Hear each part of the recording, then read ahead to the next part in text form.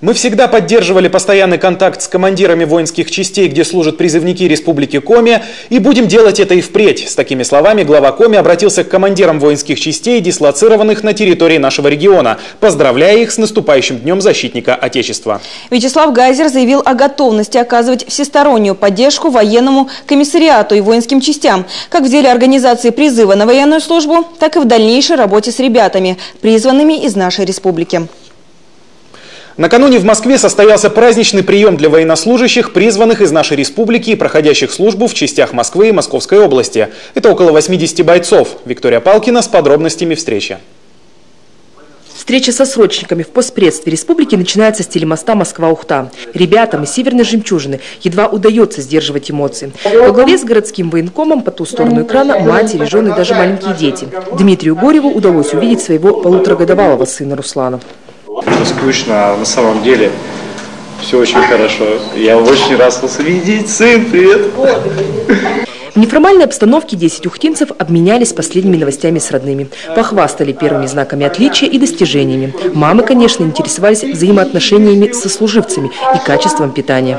У меня все хорошо, коллектив очень сплоченный, хороший. Почти все из Республики Коми служат в моем взводе. В нашей учебной роте 30 человек из Республики Коми и 20 из них в моем взводе. Мы, как правило, посетили столовую. Смотрим, солдатам на выбор 6 салатов.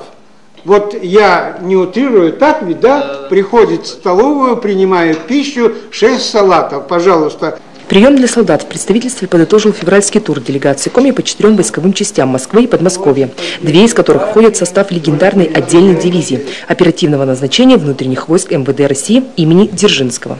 Здесь служат более 300 ребят из Сыктывкара, Ухты, Воркуты, Сосногорска, Сысольского, Удорского районов. Командующий дивизией Сергей Захаров подтвердил хорошую подготовку и дисциплину призывников из республики.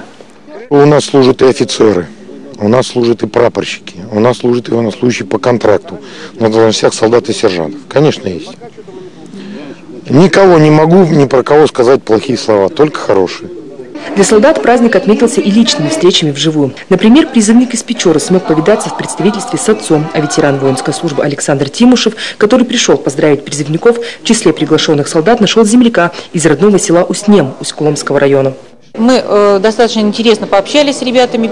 Перед приемом у нас была достаточно интересная видеоконференция, которая проходила с их родственниками ребят, которые проживают в Ухте.